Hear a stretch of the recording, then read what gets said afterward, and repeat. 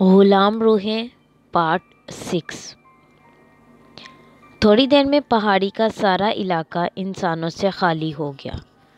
میں دیر تک انہیں وہاں سے اترتے ہوئے دیکھتا رہا، پھر وہ میری نظروں سے اوجھل ہو گئے اور میں وہاں تنہا رہ گیا۔ میرا ذہن اس وقت بڑا منتشر تھا۔ یہ تو ایک بہت بڑا کام تھا، اتنے بہت سے ناآسودہ لوگوں کو مطمئن کرنا، میاں صاحب جیسے جلیل القدر بزرگ کی جگہ سنبھالنا اور عبادت و ریاضت میں پورا اترنا۔ میں اپنے عزائم کو پختہ کر رہا تھا۔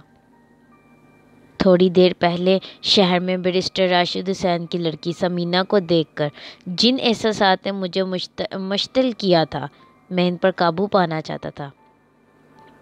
میں نے سوچا مجھے ماضی کو بھلا دینا چاہیے۔ میاں صاحب کی زندگی میرے لیے شمع ہدایت ہے، مجھے ان کے نقش قدم پر چلنا چاہیے۔ ایک پاک باز، صاف اور اعلیٰ عرفہ زندگی میری منتظر ہے۔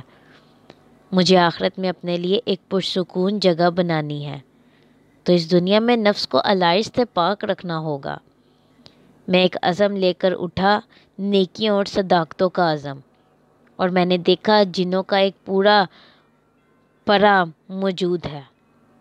ابو الحسن ان سب سے آگے ہیں۔ میں نے ان کی نگاہوں میں بھی اپنے لیے وارفتگی اور عقیدت دیکھی۔ ابو الحسن نے میرے قریب آ کر میرے کاندھوں پر ہاتھ رکھا اور گلوگیر آواز میں کہنے لگے، خدا آپ کو میاں صاحب جیسی بزرگی بلکہ بزرگیاں عطا کرے، ہم سب آپ کے ساتھ ہیں۔ میاں صاحب نے ہمیں یہی حکم دیا تھا۔ مغرب کی نماز ہم سب نے ساتھ پڑھی۔ شام کو ابو الحسن مجھے اپنے گھر کی طرف لے گئے، جہاں ان کی نوجوان لڑکی درشہوار نے بڑھ کر میری پذیرائی کی۔ درشہوار کے حسن و جمال کے بارے میں پہلے ہی عرض کر چکا ہوں۔ مجھے اس دوشیزہ سے ایک خاص انس تھا اور وہ بھی میرا بے حد خیال رکھتی تھی۔ اس شام درشہوار نے میری خاطر مدارت میں زیادہ سرگرمی دکھائی۔ ابو الحسن کا لہجہ بھی بدل چکا تھا۔ میں نے اس تندہی و مستدی کو میاں صاحب کے عہدہ جلیلہ پر خود کو مطمئن ہونے کا سبب سمجھا۔ ابو الحسن کا گھر میرے لیے ایک ایسا گھر تھا جہاں مجھے کوئی اجنبیت محسوس نہ ہوتی تھی۔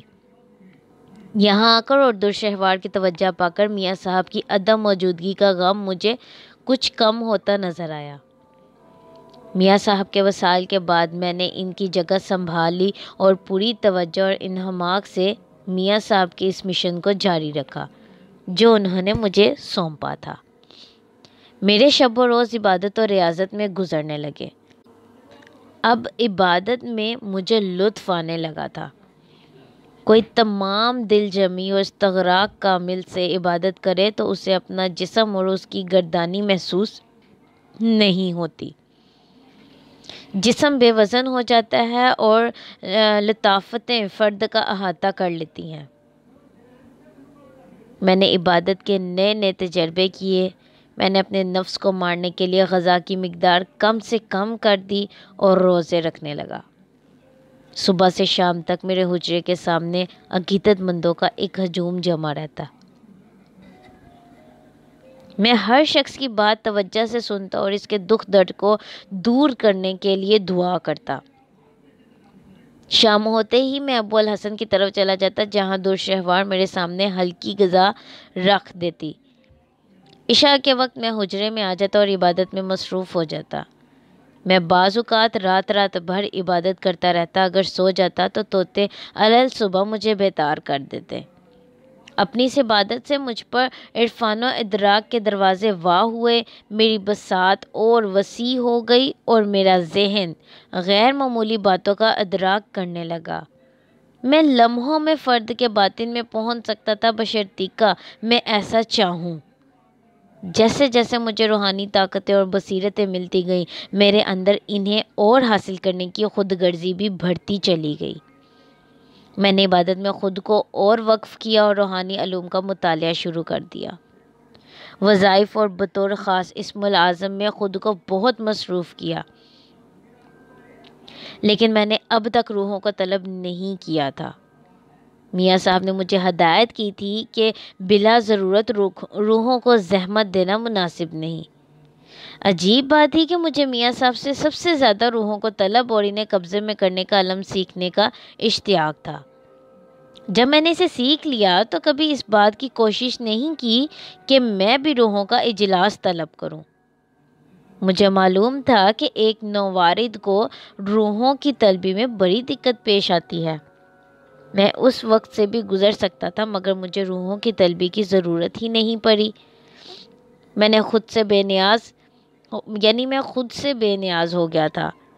میں اب ایک ایسا فرد تھا جس کا اس دنیا سے اتنا تعلق ہو کہ وہ اپنے تمام حواس سمیت اور عناصر کے متوازن اجتماع کے سبب موجود ہے، ورنہ دنیا کی رغبتوں سے میرا کیا علاقہ تھا۔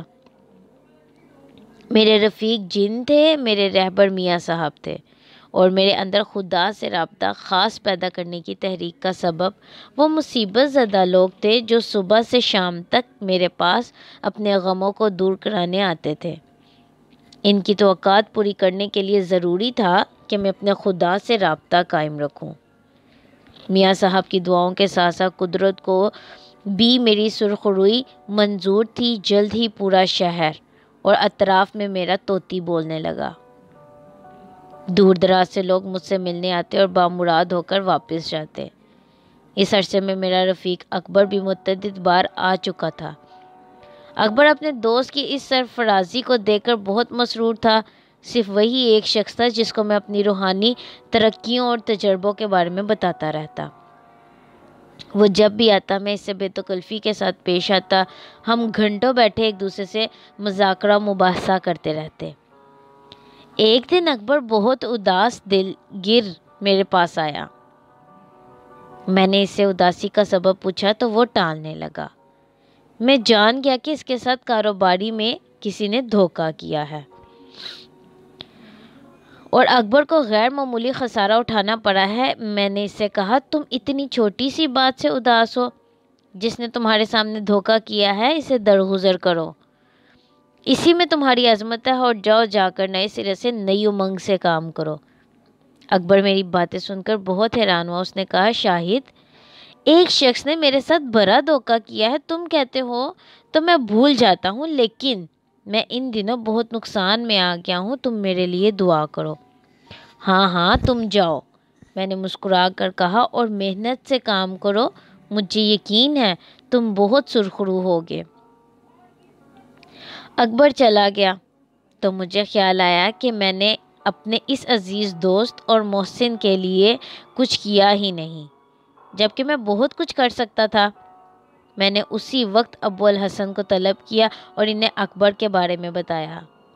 ابو الحسن نے کہا، میں اکبر کو جانتا ہوں، آپ بے فکر رہیے، میں اس کے لیے کوئی انتظام کیے دیتا ہوں۔ مجھے اکبر کے معاملے سے خاصی دلچسپی ہے۔ میرا خیال ہے کہ میں نے حق دوستی ادا نہیں کیا، میں خود کو شرمسار محسوس کرتا ہوں۔ میں نے کہا، نہیں، آپ کو فرصت بھی کہاں ملی اکبر میاں کے متعلق سوچنے کی؟ بہرحال میں ابھی ان کی تلافی کیے دیتا ہوں۔ مجھے معلوم ہے کہ اکبر میاں ایک دیانتدار اور شریف آدمی ہے، ہمیں ان کی مدد کرنی چاہیے۔ ابو الحسن نے نیاز مندی سے کہا۔ مجھے نہیں معلوم کہ ابو الحسن نے اکبر کے سلسلے میں کیا کیا، مجھے اس امر کے جاننے کی ضرورت بھی نہیں تھی۔ ایک ہفتے بعد اکبر آیا تو وہ بے حد مسرور تھا۔ اس کا روپیہ اسے حیرت انگیز طور پر واپس مل گیا، یعنی روپیہ جو اس کا پیسہ برباد ہوا تھا یا ڈوب گیا تھا، وہ اسے حیرت انگیز طور پر واپس مل گیا تھا، اور ایک سودے میں اسے مزید آمدنی ہو گئی تھی۔ اکبر مجھ سے یہ کہہ رہا تھا، یقیناً یہ تمہاری کرامت ہے، ورنہ ناممکن تھا کہ میرا روپیہ واپس مل جاتا۔ میں نے اسے کچھ نہیں کہا، بس محنت اور دیانتداری سے کام کرنے کی تلقین کی۔ ابو الحسن کی توجہ سے اکبر 2-3 ماہ میں خاصا مالدار بن گیا۔ وہ بار بار میرے پاس آتا اور اپنی خوشحالی کے واقعات سناتا۔ میں سنتا اور مسکراتا رہتا، اور وہ بچوں کی طرح مجھے دیکھتا رہتا۔ جب میں لوگوں سے ان کے دکھ درد پوچھتا اور وہ میری درازی عمر کی دعائیں کرتے تو اکبر کی آنکھوں میں آنسو آ جاتے۔ وہ گھنٹوں میرے پہلو میں بیٹھا خاموش مجھے لوگوں سے ہم کلام ہوتے دیکھتا رہتا۔ شام ہوتے ہی وہ چلا جاتا۔ اس نے بارہا اصرار کیا کہ وہ رات کو یہاں ٹھہر جائے، مگر میں نے اسے اس کی اجازت نہیں دی۔ اس نے ایک دو بار درشہوار کو دیکھنے کی تمنا کا اظہار کیا اور میں نے اسے ٹال دیا۔ میرا خیال تھا کہ وہ درشہوار کو دیکھنے کی تاب اس میں نہ تھی، کیونکہ وہ باہر کی دنیا کا آدمی تھا۔ وہ اپنے نفس کو اپنے ساتھ لے آتا تھا اور میں اپنے اس بے قابو گھوڑے کے لگامیں تھامنے پر قادر تھا۔ میاں صاحب کی طرح میں بھی ہر ماہ کی آخری بدھ کو نشست جمایا کرتا تھا، جس میں علم کی جویا مختلف مذاہب اور فرقوں کے لوگ شریک ہوتے۔ نوجوان سلیم، جو مجھے اپنی بے لاگ گفتگو کی وجہ سے زیادہ پسند تھا، اب بھی الحاد کی طرف مائل تھا۔ ایک طرف کونے میں بیٹھے ابو الحسن ایک بزرگ کی شکل میں نشست میں حصہ لیتے تھے۔ اونکار ناتھ بھی آتا تھا۔ وہی اس کی گستاخی کا انداز، وہی اس کی طنز آمیز گفتگو تھی، وہی اس کے لہجے کی ناشائستگی تھی اور وہی اس کی غضبناک تیور تھے۔ وہ مجھے پہلے ہی سے ناپسند تھا اور میاں صاحب کے وصال کے بعد میں نے اسے ان نشستوں میں آنے کی اجازت صرف اس وجہ سے دی تھی کہ وہ میاں صاحب کی منشا یہی تھی، ورنہ اس پنڈت کی زبان درازی اور اشتعال انگیز گفتگو اب کچھ زیادہ ہی ہو گئی تھی۔ میں ایک خاص بات بلکہ خاص طور سے محسوس کر رہا تھا کہ پنڈت اور اونکار ناتھ اب کچھ اور ہی طرح بڑھ چڑھ کر گفتگو کرتا ہے۔ علمی مباحث میں اس کا انداز بعض اوقات ایسا جارحانہ ہو جاتا کہ دوسرے حاضرین بھی محسوس کرتے۔ سلیم سے ان کی نوک جھوک ہنسی رہتی۔ نشست کے دوسرے شرکا کے خیال میں اونکار ناتھ متعصب قسم کا پنڈت تھا اور وہ میاں صاحب کو زیر کرنے کی ہر ممکن کوشش کر چکا تھا، لیکن میاں صاحب مسکرا کر اس کی ہر گستاخی کو ٹال جاتے تھے۔ میں نے بھی یہی وتیرہ اختیار کیا۔ میں اونکار ناتھ کی زہریلی باتوں کو سنتا اور مسکراتا رہتا۔ مجھے معلوم تھا کہ یہ بات اسے اور مشتعل کر دیتی تھی۔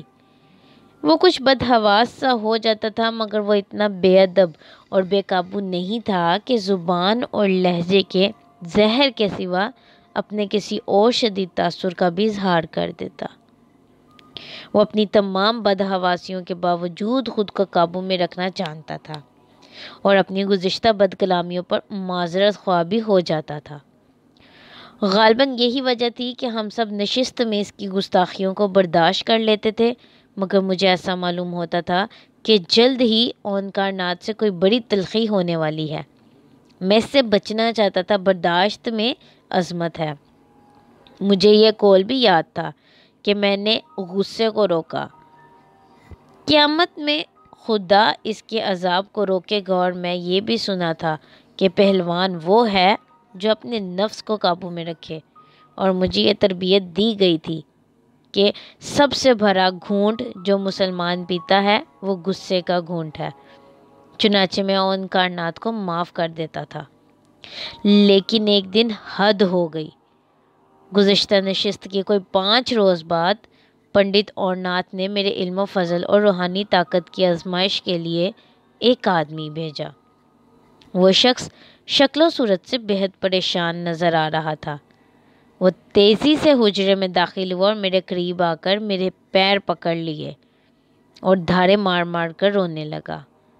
میں کسی اور الجھن میں مبتلا تھا۔ درشہوار نے مجھے آ کر بتایا تھا کہ اس کے باپ ابو الحسن کی طبیعت ناساز ہے۔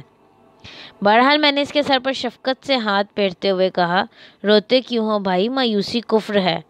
مجھے بتاؤ کہ تم پر کیا مصیبت پڑی ہے؟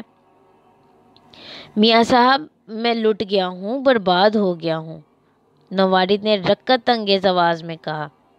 اگر آپ نے میری مدد نہ کی تو میں برباد ہو جاؤں گا۔ اللہ پر بھروسہ رکھو، میں نے اسے تسلی دی۔ مجھے بتاؤ کہ کیا ماجرا ہے؟ میاں صاحب، میرے پڑوس میں ایک سنگ دل اور جابر آدمی رہتا ہے۔ اس نے مجھے ہمیشہ ستایا اور کل رات تو اس نے میری عزت اور آبرو پر ڈاکہ ڈالا ہے۔ اس نے میری جوان بیوی اور بچے کو اغوا کر لیا ہے۔ میں ساری رات انہیں ڈھونڈتا رہا ہوں اور اب مایوس ہو کر آپ کے پاس آیا ہوں۔ میری مدد کیجیے میاں صاحب، میرے بیوی بچوں کو واپس دلا دیجیے۔ نہ جانے وہ ظالم شخص ان کے ساتھ کیا سلوک کرے۔ مجھے اس مظلوم شخص کی کہانی سن کر اس پر بڑا ترس آیا۔ میں نے پہلے اسے تسلی دی اور پھر اصل صورتحال جاننے کے لیے گردن جھکا کر مراقبے میں چلا گیا اور پلک جھپکنے میں اصل بات سے آگاہ ہو گیا۔ جب میں نے دوبارہ آنکھیں کھولی اور سر اٹھا کر دیکھا تو نووارد شخص کی آنکھوں میں آنسو تھے اور وہ بہت خوفزدہ نظر آ رہا تھا۔ مجھے بہت دنوں کے بعد شدید غصہ آیا۔ میں نے خود کو قابو میں رکھنا چاہا۔ ابوالحسن موجود نہیں تھے، نہیں تو وہ مجھے قابو میں کر لیتے۔ درشہوار میرے پاس کھڑی تھی مگر نووارد اسے نہیں دیکھ سکتا تھا۔ درشہوار نے میری جو حالت دیکھی تو اچانک میرے ہاتھ پر اپنا ہاتھ رکھ دیا۔ پہلی بار مجھے درشہوار کی یہ بات اچھی نہ لگی مگر میں نے خود کو کسی قدر سرد محسوس کیا اور میں نے اپنے غصے کو دباتے ہوئے اس شخص سے کہا، مردود اونکار ناتھ سے کہنا بزرگوں سے مذاق کرنا اور انہیں چھیڑنا اچھا نہیں ہوتا۔ نووارد حیرت سے میرا منہ دیکھنے لگا۔ رحم میاں صاحب، وہ گڑگڑانے لگا، میں بے قصور ہوں۔ اونکار ناتھ جی نے زبردستی مجھے اس کام کے لیے اکسایا تھا۔ انہوں نے مجھے دھمکی دی تھی کہ اگر میں نے ان کی ہدایت پر عمل نہ کیا تو وہ مجھے تباہ کر دیں گے۔ میں مجبور تھا میاں صاحب، خدا کے لیے مجھے معاف کر دیجیے۔ تو جھوٹ بکتا ہے نابکار، کیا تو نے پنڈت سے یہاں آنے کا معاوضہ وصول نہیں کیا؟ بدبخت جا اور اب اپنے ان مفلوج پیروں سے لڑکتا ہوا جا اور کہنا اونکار ناتھ سے کہ وہ تجھے اچھا کر دے۔ میں نے بہت چاہا کہ صبر و تحمل سے کام لوں اور ضبط کے دامن کو ہاتھ سے نہ جانے دوں، لیکن اس وقت میری کیفیت میں بڑا غضب تھا۔ درشہوار بھی کھڑی کانپ رہی تھی۔ اس کی نگاہوں میں التجا تھی کہ میں صبر و تحمل سے کام لوں، مگر میں نے ایک جلالی وظیفہ پڑھا۔ میرے پھونک مارتے ہی نووارد فرش پر لوٹنے لگا، اس کے دونوں پاؤں اکھڑ گئے۔ پھر میں نے نوجوان فرقان جن کو حکم دیا کہ وہ اسے پہاڑی سے نیچے پھینک آئے۔ رات کو میں درشہوار کے ہاں ابوالحسن کو دیکھنے اور حسب معمول کھانا کھانے گیا تو میں نے اس واقعے کا تذکرہ ان سے کیا۔ انہوں نے ایک بار پھر مجھے یہی مشورہ دیا کہ میں پنڈت اور اونکار ناتھ سے محتاط رہوں۔ دبی زبان میں ابوالحسن نے مجھے یہ باور کرانے کی کوشش کی کہ میں نے پنڈت کے کارندے کو سزا دے کر برا کیا، اس لیے کہ میاں صاحب کی رفاقت نے مجھے جو کچھ بخشا تھا وہ لوگوں کی تکلیفیں دور کرنے کے لیے تھا، نہ کہ انہیں تکلیفیں پہنچانے کے لیے۔ ابوالحسن کے کہنے پر مجھے خود بھی غلطی کا احساس ہوا اور میں نے آئندہ کسی ایسے مرحلے پر خود کو متحمل اور مضبوط رکھنے کا عزم کر لیا۔ اونکار ناتھ کے کارندے کا واقعہ شہر بھر میں مشہور ہو گیا کہ میاں صاحب کی بد دعا کے سبب ایک شخص مفلوج ہو گیا۔ وہ رو رو کر ہر شخص سے یہی کہتا پھرتا، جاؤ میاں صاحب سے میری غلطی معاف کرا دو۔ اس واقعے کا کچھ ایسا زور بندھا کہ دور دور سے لوگ پہاڑی پر جمع ہونے لگے اور میرے لیے انہیں وقت دینا مشکل ہو گیا۔ خدا نے میری زبان میں ایسی تاثیر دی تھی کہ میں جس کے لیے جو دعا مانگتا وہ پوری ہو جاتی۔ مہینے کے آخری بدھ کو حسب معمول پھر نشست جمی۔ میرا خیال تھا کہ اونکار ناتھ اب اس نشست میں شریک نہ ہوگا، مگر وہ اتنا غیرت مند نہیں تھا، بڑی ڈرائی سے آ کر بیٹھ گیا۔ میں نے اس کے سلام کا جواب دیا اور ہم لوگ رسمی تمہید کے بعد مباحثے میں مصروف ہو گئے۔ اس دن بحث کا محور کچھ یوں تھا، علم کے ذریعے فضائے بسیط کی مخفی قوتوں کا عرفان کہاں تک ممکن ہے۔ پنڈت اونکار ناتھ نے اپنے مذہب کی روح سے ایک مؤثر تقریر کی۔ اس نے کہا، ہمارے پاس سب کچھ آ سکتا ہے بشرطیکہ ہم اپنے اعصاب کو ان قوتوں کے جاننے کے سخت مرحلوں کا متحمل بنا لیں۔ کائنات کی بے شمار انوکھی چیزیں ہمارے قبضے و قدرت میں آ سکتی ہیں۔ اس کے لیے ارادے کی پختگی اور صحیح علم کے حصول کی شدت اور ذہن کی یکسوئی شرط ہے۔ نوجوان سلیم، جو عموماً اونکار ناتھ پر جملے پھینکنے کا عادی تھا، کہنے لگا، پنڈت جی، آپ نے مختلف مباحث میں علوم روحانی کے متعلق بڑے دعوے کیے ہیں، لیکن ابھی تک آپ نے ان کا کوئی عملی مظاہرہ پیش نہیں کیا۔ پنڈت نے برا منہ بنا کر کہا، اس کی ضرورت ہی پیش نہیں آئی۔ میں نے اپنی ریاضت کے سبب بہت کچھ حاصل کیا ہے۔ میرا خیال ہے کہ اگر میں تمہارے سامنے اس کا مظاہرہ کروں تو تم یہاں بیٹھ نہ سکو گے، اور تم کیا، میں یہی بات یہاں پر موجود ہر شخص کے لیے کہہ سکتا ہوں۔ سارے حاضرین نے ان کائنات کی اس بات پر میری طرف دیکھا۔ اس دن ابو الحسن کی آنکھوں میں بھی سرخی آ گئی تھی۔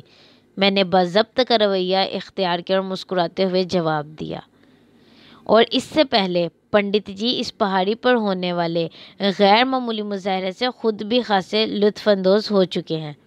کیا انہیں واقعات یاد دلانا ضروری ہے؟ نہیں نہیں، پنڈت نے سنبھل کر کہا، انہیں یاد دلانے کی ضرورت نہیں۔ میاں صاحب کے پاس میں اس لیے آتا تھا کہ وہ جو کچھ میرے پاس نہیں ہے ان سے سیکھوں۔ مجھے شبہ تھا کہ میاں صاحب کے پاس کچھ بھی نہیں ہے، وہ محض شبدہ باز ہے، مگر وہ ایک بڑے بزرگ تھے۔ انہیں میں نے کئی بار پڑھا اور ہر بار وہ میری آزمائش میں پورے اترے، مگر ان سے کچھ نہ سیکھ سکا، اس لیے کہ میرے اور ان کے طریقہ کار میں بڑا تضاد ہے۔ مگر میاں صاحب کے جانے کے بعد میں نہیں سمجھتا کہ علوم روحانی میں کم از کم اس علاقے کے اندر کوئی شخص اتنی مستند باتیں کر سکے جتنی میں۔ سلیم میاں، اس نے سلیم کو مخاطب کرتے ہوئے کہا۔ میاں صاحب کی بات اور تھی، ان میں بڑی برداشت تھی۔ انہوں نے ایک عمر کے بعد کچھ حاصل کیا تھا۔ میں تمہیں کل اپنی جگہ سونپ دوں تو اس کا یہ مطلب تو نہیں کہ تم نے واقعی میری جگہ سنبھال لی۔ مجھے معلوم تھا کہ وہ یہ طنزیہ گفتگو سلیم کو ڈھال بنا کر کس لیے کر رہا ہے۔ بہت دیر تک وہ بولتا رہا اور سلیم اسے چھیڑتا رہا۔ ابو الحسن مجھے آنکھوں آنکھوں میں صبر و ضبط کی تلقین کرتے رہے، مگر تلخی بڑھتی گئی۔ پنڈت اون کارناتھ میری مستقل مسکراہٹ اور خاموش رویے سے غالباً یہ سمجھا کہ میرے دفاع میں یہی رویہ میرے لیے مناسب ہے۔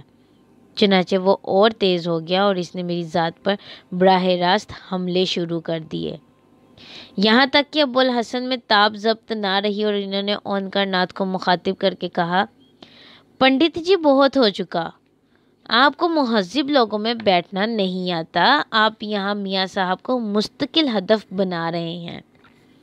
یہ بات ہم سب لوگوں کے لیے ناقابل برداشت ہے۔ ہم یہاں اس لیے جمع نہیں ہوتے کہ ایک دوسرے پر ذاتی نوعیت کے حملے کریں۔ میں آپ سے درخواست کروں گا کہ آپ اپنے رویے پر نظر ثانی کریں، بصورت دیگر میاں صاحب کے عتاب سے آپ بچ نہ سکیں گے اور نہ ہم کو بچا سکیں گے، یا ہم آپ کو نہ بچا سکیں گے۔ پنڈت اون کارناتھ کا اس بات پر بڑا فروختہ ہونا لازم تھا۔ اس نے قہر آلود نظروں سے ابو الحسن کو دیکھا اور نہایت اشتعال انگیز لہجے میں کہنے لگا، میں کوئی چیلنج نہیں کر رہا، میں نے اگر ایسی کوئی بات کی ہے تو میں معذرت خواہ ہوں، تاہم میں میاں صاحب کے عتاب کو بخوشی قبول کروں گا۔ میاں صاحب کا عتاب یقیناً میرے لیے لطف کا باعث ہوگا، مگر میں میاں صاحب کے کسی عتاب کے عمل سے پہلے آپ کو یہ مشورہ دوں گا کہ آپ روحانی طور پر پہلے سے اپنا دفاع کر لیں۔ سلیم نے پنڈت سے نوکیلے انداز میں کہا، میں اپنا دفاع کرنا جانتا ہوں۔ سلیم میاں، میں یہاں کبھی تنہا نہیں آیا، میرے ساتھ میرا علم، میری ریاضت آتی ہے، میرے ساتھ ماورائی طاقتیں آتی ہیں، میں ہمیشہ مسلح رہتا ہوں اور میں اس بات کا منتظر ہوں کہ میاں صاحب مجھے اپنے عتاب سے نوازیں۔ پنڈت نے دلیری سے جواب دیا۔ خوب، سلیم نے کہا، میں آپ سے درخواست کروں گا کہ اپنی ماورائی طاقتوں کا کوئی جلوہ ہمیں بھی دکھائیں۔ ہم نے آج تک بحثیں سنی ہیں، روحانی قوتوں کا عملی مظاہرہ نہیں دیکھا۔ میں اس دوران خاموش رہا۔ ابو الحسن اور سلیم بولتے رہے۔ ان کی گفتگو سے پنڈت اون کارناتھ کا اشتعال کم نہیں ہوا اور بڑھ گیا۔ مجھے معلوم تھا کہ وہ مجھ سے اس قدر ناراض کیوں ہیں۔ مجھے یہ بھی علم تھا کہ آج وہ خطرناک ارادوں سے اس پہاڑی پر آیا ہے، مگر چونکہ وہ میرے علاقے میں تھا اور میرے مہمان کی حیثیت رکھتا تھا، اس لیے میں نے اس کی باتوں سے حتی المکان درگزر کیا اور اسے بڑے سپاٹ لہجے میں کہا، پنڈت جی تلخ ہونے کی ضرورت نہیں، آپ آج تو بہت ناراض معلوم ہوتے ہیں، چھوڑیے بھی، تلخیاں تو خود بخود پیدا ہو گئی ہیں شاہد میاں، ان لوگوں نے مجھے چیلنج کیا ہے، میں چاہوں گا کہ آپ میری ان گستاخیوں پر مجھے سزا دیں، پنڈت نے نفرت بڑے لہجے میں کہا۔ میرا خیال ہے یہ دوستوں کی محفل ہے، اس میں آپس میں ایسی باتیں مناسب نہیں، ہم لوگ ساتھ اٹھتے بیٹھتے ہیں، ہمیں بزرگوں کا طرز عمل اختیار کرنا چاہیے، کچھ سیکھنا چاہیے اور کچھ سکھانا چاہیے، میں نے بظاہر نرمی سے کہا، لیکن میرے اندر ایک طوفان برپا تھا اور میں ابھی اسی لمحے پنڈت کو پہاڑی سے نیچے پھینک دینا چاہتا تھا۔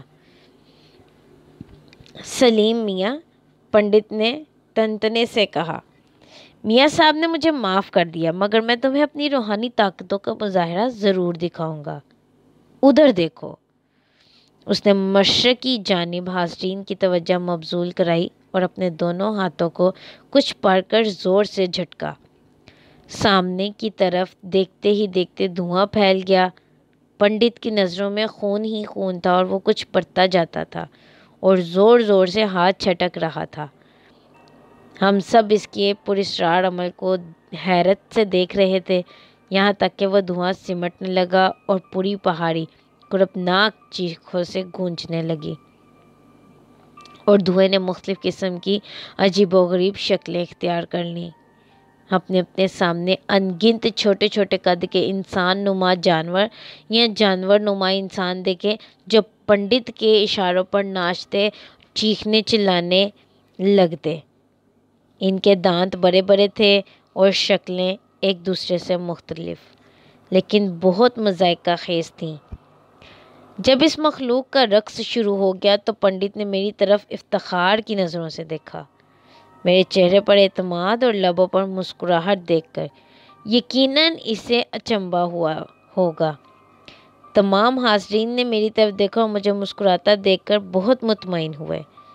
سلیم جو وحشت زدہ انداز میں یہ خوفناک منظر دیکھ رہا تھا، اس نے بھی سراسیمیا ہو کر مجھے دیکھا اور میں نے ہاتھ کے اشارے سے مطمئن کر دیا، سلیم میاں یہ سب میرے اشارے کے منتظر ہیں، میں نے برسوں کی تپسیا کے بعد انہیں حاصل کیا ہے، تم نے میری طاقت کا اندازہ لگایا، میرا خیال ہے اب مجھے کچھ کہنے کی ضرورت نہیں، کیا تم اور اس تماشے کو دیکھنا چاہتے ہو یا میں اس ہجوم کو فضاؤں میں غائب ہونے کا اشارہ کروں یا میں اپنی تپسیا کے کچھ اور مظاہرے کروں؟ سلیم نے کہا، ٹھیک ہے پنڈت جی، میں نے دیکھ لیا کہ تم نے کیا حاصل کیا ہے، میں تمہارے اس تماشے سے متاثر ہوا ہوں، میں اس کی کوئی سائنسی توجیہ کرنے کی کوشش کروں گا اور اس کے بعد تمہیں کچھ بتا سکوں گا، میں مادے کے غلبے کا قائل ہوں، تمہارا مظاہرہ دلچسپ ہے اور حیران کن بھی، میں اس کا مادی جواز ضرور تلاش کروں گا۔ ابو الحسن اور سارے حاضرین کی نظریں مجھ پر تھیں کہ میں اس کے جواب میں کیا کرتا ہوں، مگر میں خاموش رہا۔